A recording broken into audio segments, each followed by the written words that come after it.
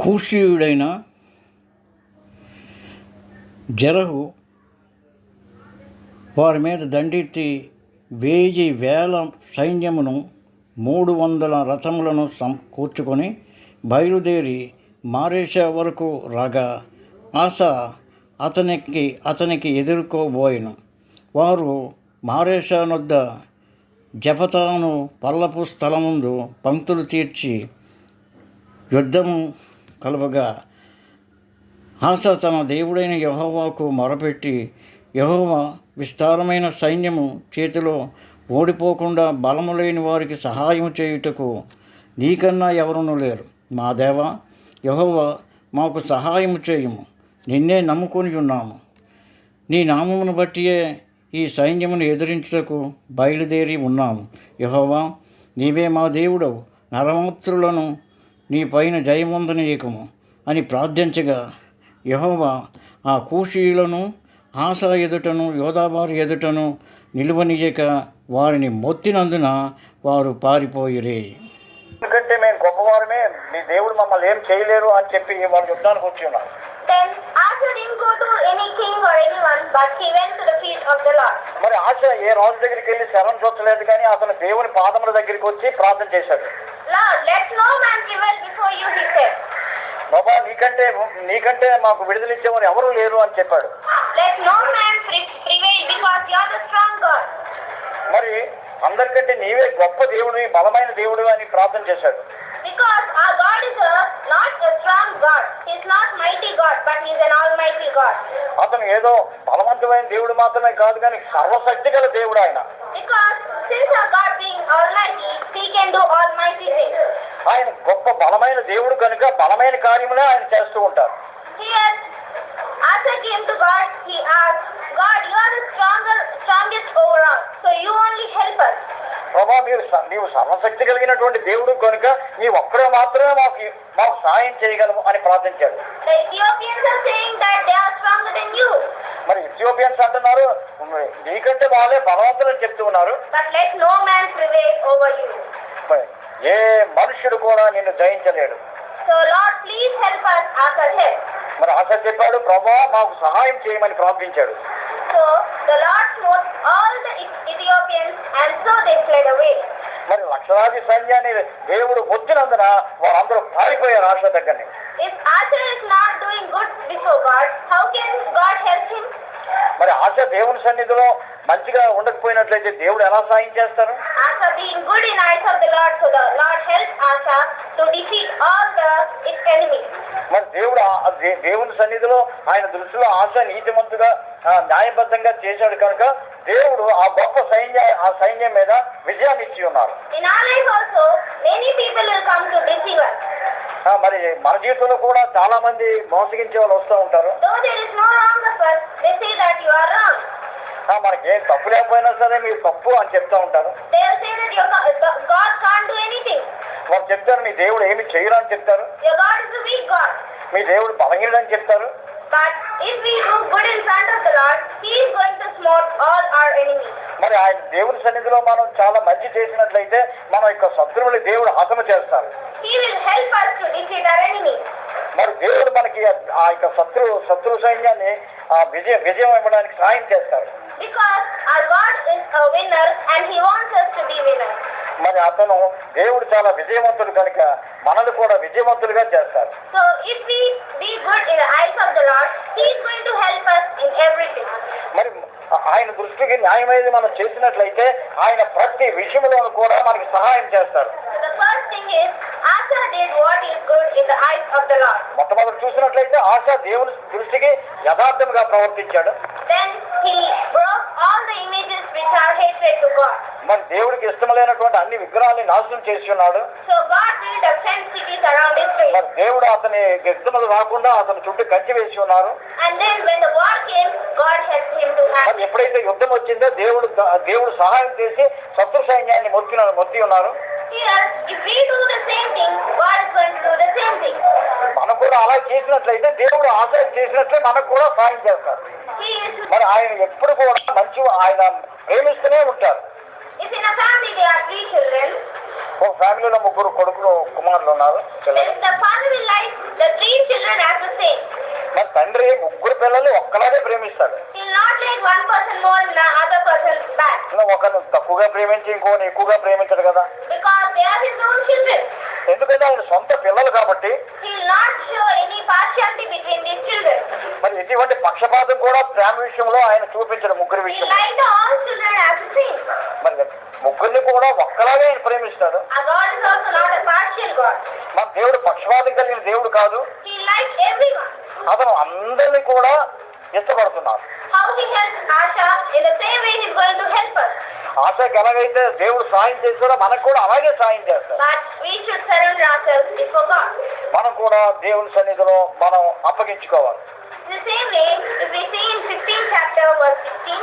ఇప్పుడు అదే విధంగా మనం 2 దినవృత్తాంతకాండం 15వ అధ్యాయము 16 చూసినట్లయితే, మరియు తన తల్లి అయిన మైక అసహ్యమనే ఒక దేవతా సమూహంలో నిలుపునందున ఆమె ఇక పట్టపు దేవి యుద్ధకుండా రాజైన ఆశ ఆమెను తోసివేసి ఆమె నిలిపిన విగ్రహములను పడగొట్టి చిన్నాభిన్నములు చేసి కిద్రోను వాపు దగ్గర దాన్ని కాల్చివేశారు.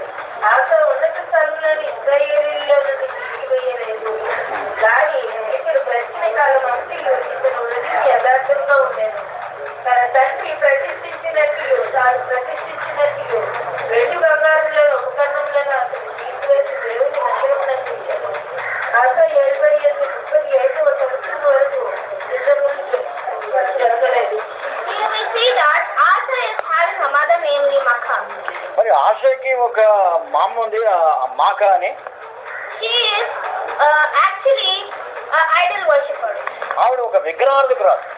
Asha loved God more than everything. ఆశ దేవుని కంటే మరి దేన్ని ఎక్కువగా ప్రేమించలేదు. So Asha went to his mother and he destroyed all the images which she kept.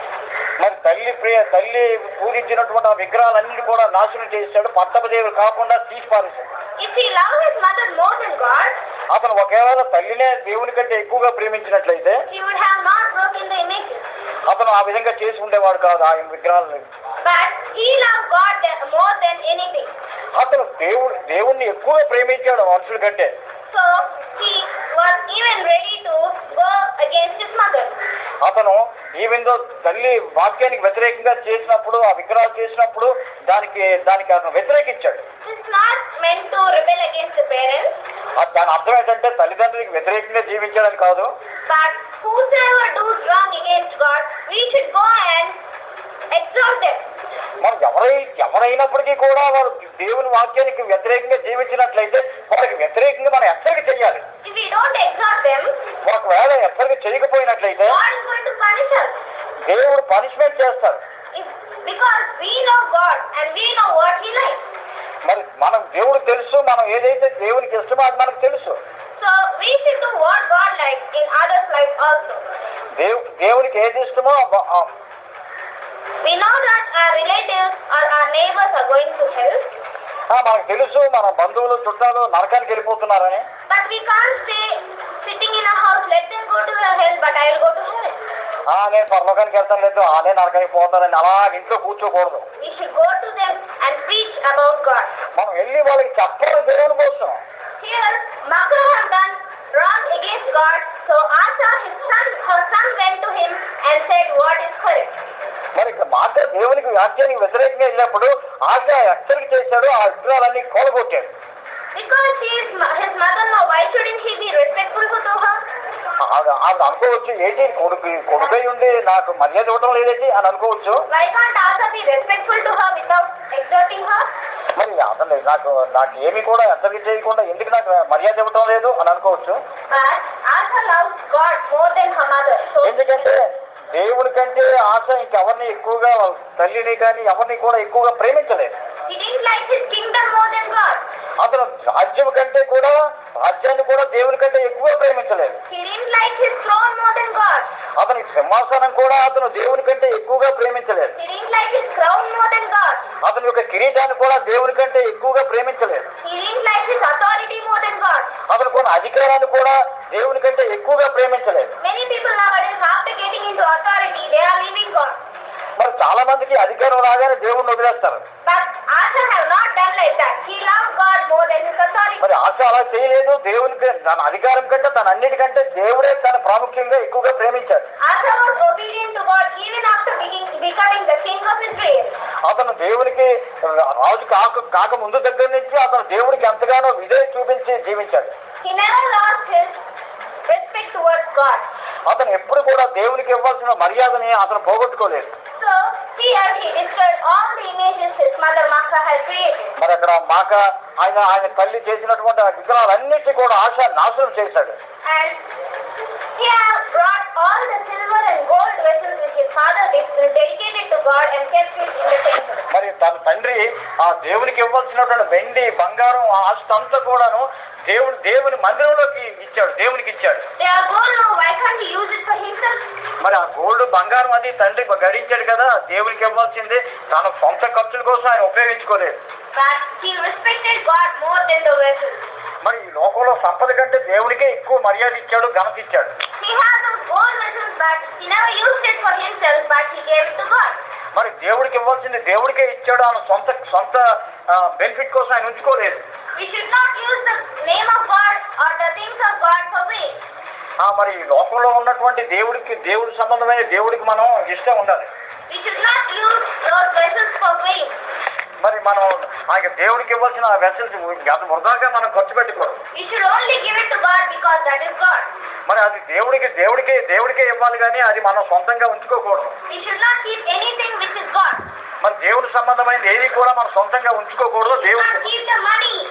మనం దేవుడికి ఇవ్వాల్సిన డబ్బు కూడా మన సొంతంగా ఉంచుకోకూడదు, దేవుడికి ఇవ్వాలి. We should not keep the respect which we should give to God. మరి దేవుడికి ఇవ్వాల్సిన మహిమ కూడా దేవునికి ఇవ్వాలి. We should not keep the worship which we should give to God. మరి దేవునికి ఇవ్వాల్సిన ఆరాధన మనం దేవునికి ఇవ్వాలి.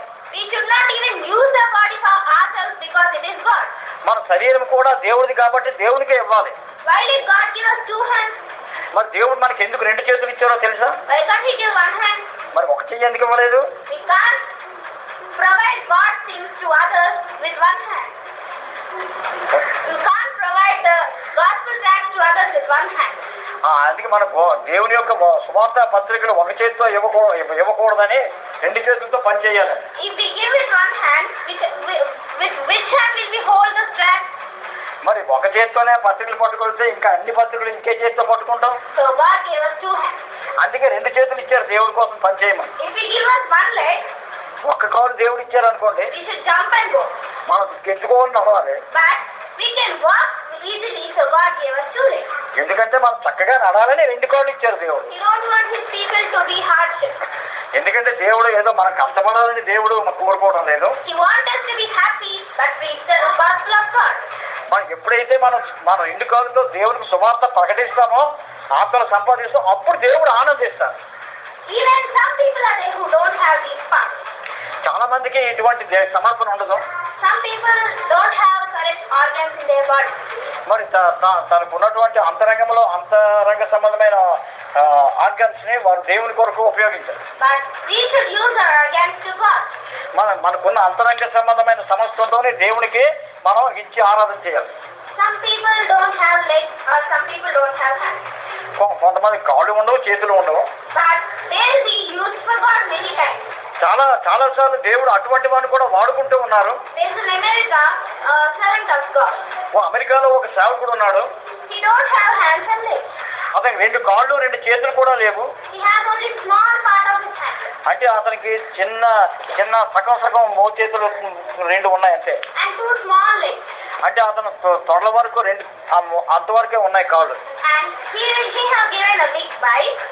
అతను ఒక పెద్ద మోటార్ సైకిల్ ఇవ్వబడింది. And on that bike he will be going to church to preach the gospel. మరి అతను ఆ బైక్ మీద ఇంకో తోడుతో అతను చర్చికెళ్ళి సువార్త ప్రకటిస్తాడు. Though he don't have hands, అతని చేతులు లేకపోయినప్పటికీ కూడా, though he don't have legs, అతని కాళ్ళు లేకపోయినప్పటికీ కూడా he has surrendered himself to God.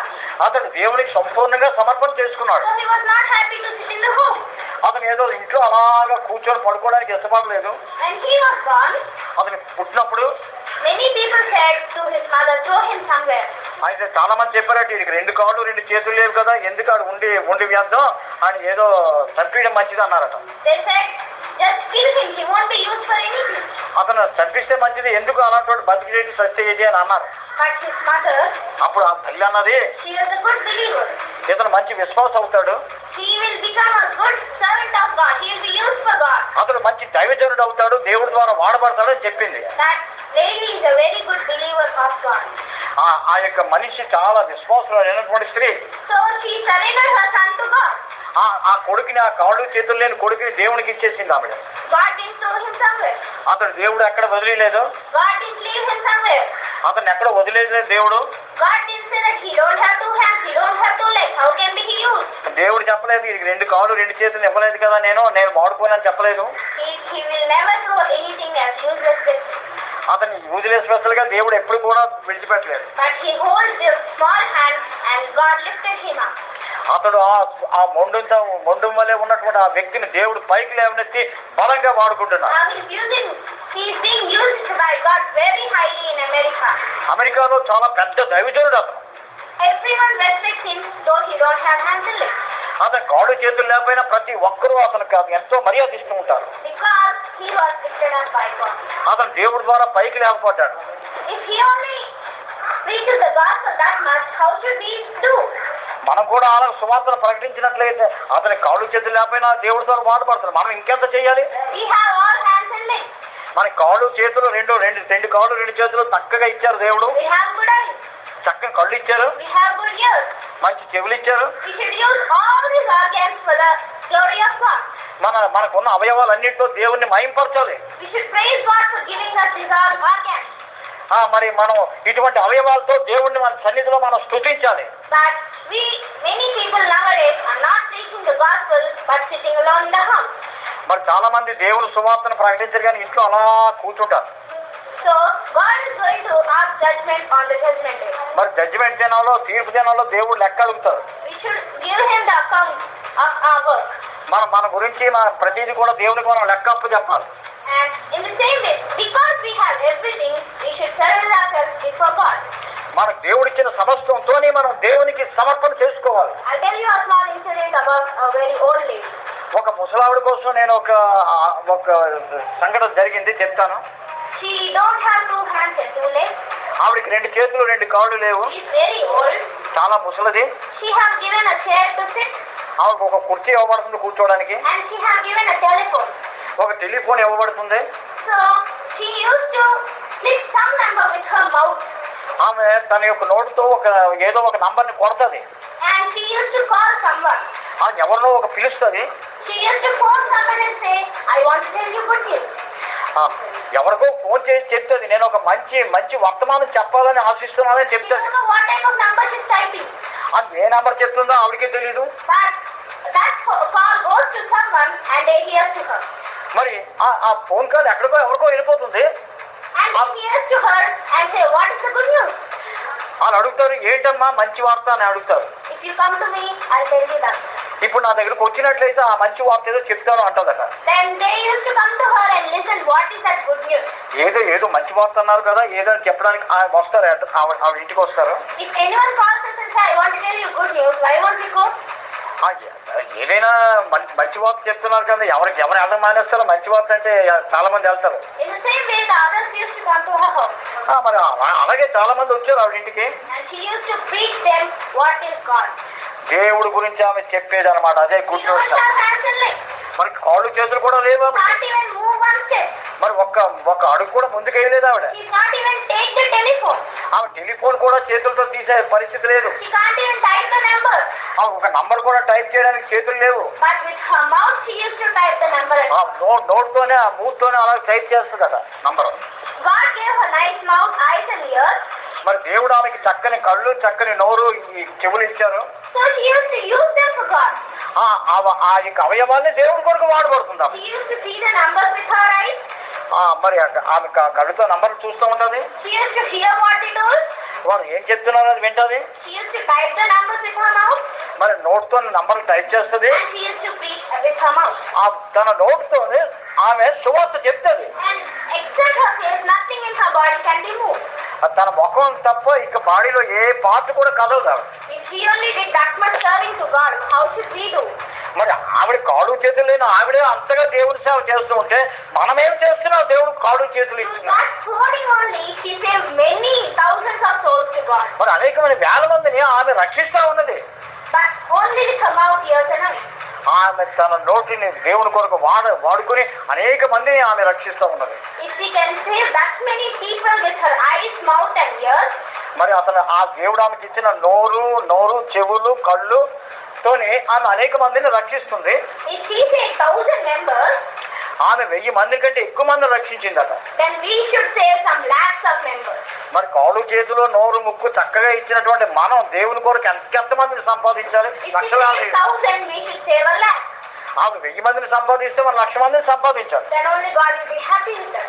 అప్పుడు దేవుడు మన గురించి సంతోషిస్తాడు. We may not have peace on this world, but we are going to have peace in the heavens.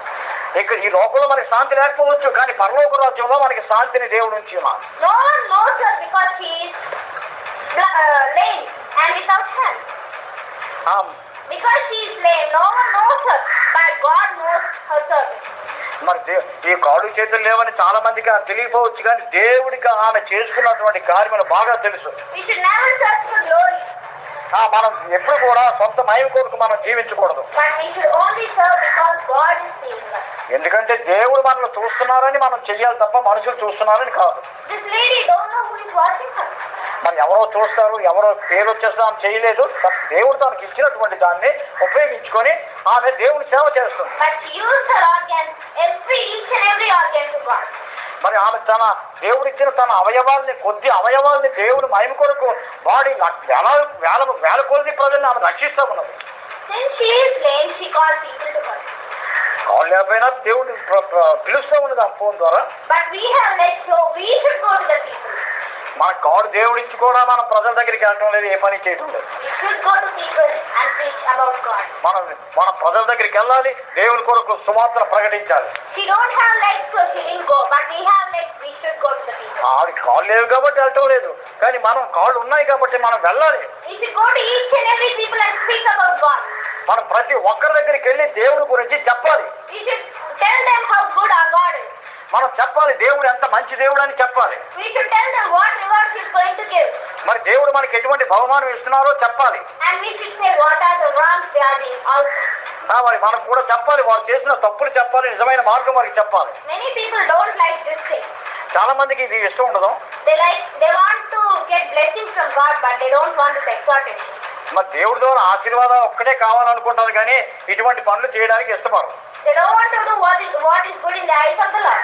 మరి దేవుని సన్నిధిలో ఏది మంచిదో అది చేయడానికి వారికి ఇష్టం ఉండదు. But they want all the blessings from God. కానీ ఆశీర్వాదాలు మాత్రం ఎప్పుడు ఉండాలి. This is impossible. అది చాలా అసాధ్యం. We should do what is good in the eyes of the Lord, and God is going to provide us everything without asking. మన దేవుని దృష్టికి యథార్థంగా మనం చేసినట్లయితే దేవుడు మనకి ఏమి అడిగినా అది దేవుడు అనుగ్రహిస్తారు. And we should exhort each and every person who is doing wrong. ఎవరైతే తప్పుడు చేస్తున్నారో మనం వెళ్ళి హెచ్చరిక చెయ్యాలి. Though they may be our blood relatives. వారు రక్త సంబంధులు అయినప్పటికీ, Though they may be best relatives. వారు చాలా మంచి రక్త సంబంధులు అయినప్పటికీ, Though they may be very good brothers and sisters, we should preach them. వారు మంచి సోదరులు అయినప్పటికీ కూడా మనం వెళ్ళి వారికి సువార్తను చెప్పాలి. We should not think that they are my relatives. How could I say to them? They'll feel. వాళ్ళు మనకి మంచి సొంత చుట్టాలి కదా, వాళ్ళకి ఏం చెప్పక్కర్లేదు అని మనం అనుకోకూడదు, చెప్పాలి. If I exhort them, they may feel. ఏదో మనం హెచ్చరిక చేస్తే ఏటనుకుంటారో అనుకొని చెప్పడం మానేయకూడదు. We should not do that. మనం అలా చేయకూడదు. Here, Asa, Makka was his mother. మాక అనేది తల్లి అయినప్పటికీ కూడా He exhorted her. ఆమెను హెచ్చరిక చేశాడు. He burned all the images she created. ఆమె సృష్టించిన అన్ని విగ్రహాలు నాశనం చేసి పారేశాడు. Doing this thing, God likes Asa very much. ఈ పని చేసినందుకు దేవుడు ఆశని చాలా మెచ్చుకున్నాడు. And he brought every vessel which was dedicated to God.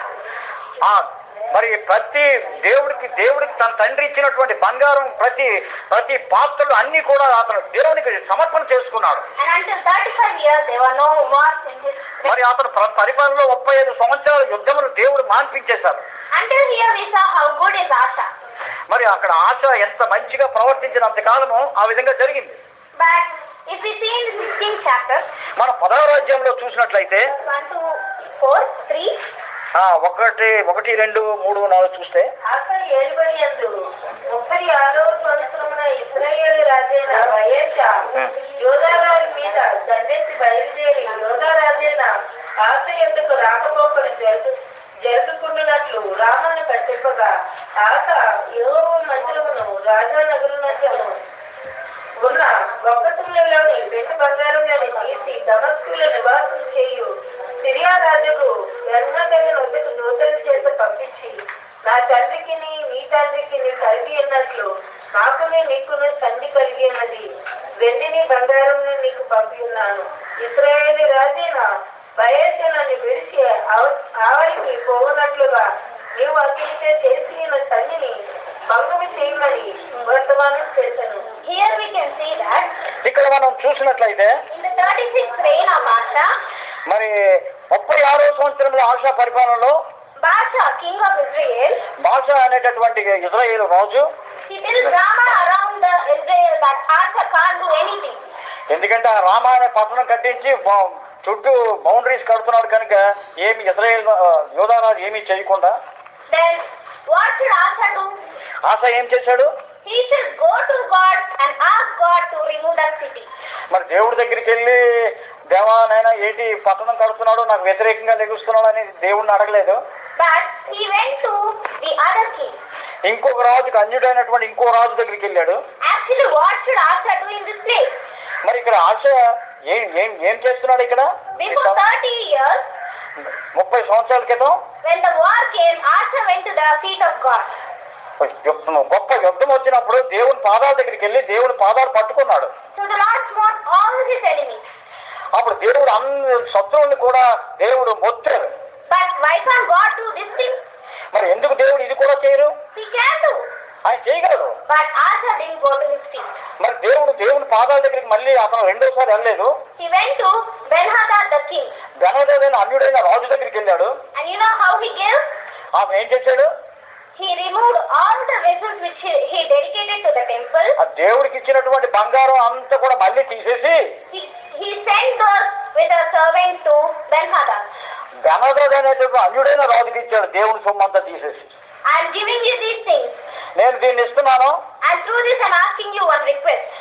ఈ బంగారం వెండి దేవుడి దగ్గర నీకు ఇచ్చింది నీకు ఇస్తున్నాను కాబట్టి నేను ఎందుకు ఇస్తున్నానంటే ఒక పని చెయ్యాలి. There is a league between you and me. మనిద్దరికి ఒక నిబంధన చేసుకుందాం. As there is one league between your father and my father. నా తండ్రి నీ తండ్రి ఎలాగైతే నిబంధన చేసుకున్నారో We both have one league together. మనిద్దరం కూడా ఒక నిబంధన చేసుకుందాం. You should destroy your league with Baasha. మరి భాష కట్టినటువంటి ఆ యొక్క ప్రాకారాలన్నీ కూడా నువ్వు కూల్చేయాలి. And due to that work, I am giving you this treasury. నువ్వు అలా చేసినట్లయితే ఇక ఈ దేవుని మందిరంలో తీసిన సొమ్మంతా కూడా నీకు ఇచ్చేస్తాను అన్నాడు. Why didn't he go to Ben-Hadad? ఎందుకు బెన్హదదు దగ్గరికి వెళ్ళాలి? Why shouldn't he go to God? మరి దేవుడి దగ్గరికి ఎందుకు వెళ్ళలేదు? He lost all his faith. అతను తన విశ్వాసాన్ని పోగొట్టుకున్నాడు. He went to Ben-Hadad and he gave all the treasuries which he had to keep in the temple. అతను బెన్హదదు దగ్గరికి వెళ్ళి దేవుడికి ఇచ్చినటువంటి సొమ్మంతా తీసేసి ఆయనకి లంచం ఇచ్చాడు. However, Ben-Hadad helped him. బెన్హదదు ఎలా హెల్ప్ చేయగలడు? But however, Ben-Hadad helped Asa. మరి బెన్హదదు ఎలాగ ఆశకి హెల్ప్ చేశాడు? He destroyed all the cities and however something has happened. అతను ఆ యొక్క ప్రాకారం కట్టినటువంటి ఇజ్రాయేల్ రాజు కట్టిన ప్రాకారాన్ని కూలగొట్టాడు, ఏదో హెల్ప్ చేశాడు. And in the 7th verse we can see that 7వ వచనం మనం చూసినట్లయితే కాలమందు దేశదర్శి అయిన హనాని యోధారాజైన ఆస యొద్దకు వచ్చి అతనితో ఇలాగూ ప్రకటించెను. నీవు నీ దేవుడైన యెహోవాను నమ్ముకొనక సిరియా రాజును నమ్ముకొంటివే. సిరియా రాజు యొక్క సైన్యము నీ వశం నుండి తప్పించుకొని పోయాను. బహు విస్తారమైన రథములను, గుర్రపు రౌతులను, కుషీయులను, లూబీయులను గొప్ప దండెత్తి వచ్చేది కదా. అయినను నీవు యెహోవాను నమ్ముకున్నందున ఆయన వారిని నీ చేతికి అప్పగించాను. తన ఎడల యథార్థ హృదయం గలవారిని బలపరిచినకై యెహోవా కనుదృష్టి లోకమందంతటా సంచారం చేయుచున్నది. ఈ విషయమందు నీవు మతి తప్పి ప్రవర్తించదు కనుక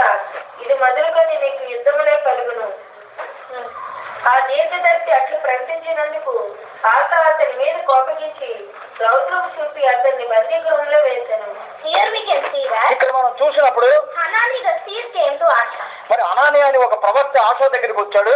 He said, you didn't go to the feet of the Lord, నువ్వు దేవుని పాదాల దగ్గరికి వెళ్ళలేదు కాబట్టి but you went to the Syrians. Syria రోజైన బెనాదోడు పాదాలు పట్టుకున్నావు, నన్ను నాకు You పట్టుకోకుండా. didn't show your faith towards God. నువ్వు నీకు విశ్వాసాన్ని, దేవుడి మీద విశ్వాసాన్ని ఉంచలేదు. You have done wrong before the God. దేవుని సన్నిధిలో నువ్వు తప్పు చేసి ఉన్నావు కనుక The Lord's eyes are going to and fro to see someone who is going in front of him. The eyes of the Lord go run to and fro. దేవుని కనుదృష్టి తన యందు యథార్థ హృదయం గలవారిని దర్శించుటకై యెహోవా కనుదృష్టి లోకమంతా సంచారించుతున్నది. But he didn't find you for that. మరి నువ్వు ఈ విషయంలో మధ్య తప్పి ప్రవర్తించావు కాబట్టి, You have done a foolish thing. నువ్వు చాలా మూర్ఖుడిగా ప్రవర్తించావు కాబట్టి, You didn't go correct in front of the Lord. మరి నీ జీవితంలో దేవుని సన్నిధిలో కరెక్ట్ చేసుకోలేదు కాబట్టి 30 years ago you won the battle due to the help of the Lord. 30 సంవత్సరాల క్రితం నన్ను ఆశ్రయించినప్పుడు నేను ఎంత విజయాన్ని ఇచ్చాను. ఆ అన్యజనులు రాజులందరూ యుద్ధానికి వచ్చినప్పుడు నన్ను ఆశ్రయించినప్పుడు నేను వారి మీద నీకు విజయాన్ని ఇచ్చాను. But this time you went to Syrian the king. నువ్వు ఈ సమయంలో నువ్వు సిరియా రాజు దగ్గరికి వెళ్ళావు. And you have done a very foolish thing in front of the Lord. నువ్వు చాలా మూర్ఖుడిగా ప్రవర్తించావు నా సన్నిధిలో. But when this prophet have told these things, ఎప్పుడైతే ప్రవక్త హెచ్చరిక చేశాడో this Asher didn't bend to him. దేవుడి సన్నిధిలో విధేయత చూపించలేదు, తగ్గించుకోలేదు, మారు మనసు పొందలేదు. He didn't say that, yeah, I have done wrong, I should go to the feet of God. మళ్ళీ అయ్యో ప్రభా నేను తప్పు చేశాను, పాపం చేశాను, మళ్ళీ దేవుడి పాదాల దగ్గర పట్టుకోలేదు. But due to anger, he kept Hanani in the prison. పాపంతో హెచ్చరిక చేసినటువంటి దావీదుని పట్టుకొని జైల్లో పెట్టాడు.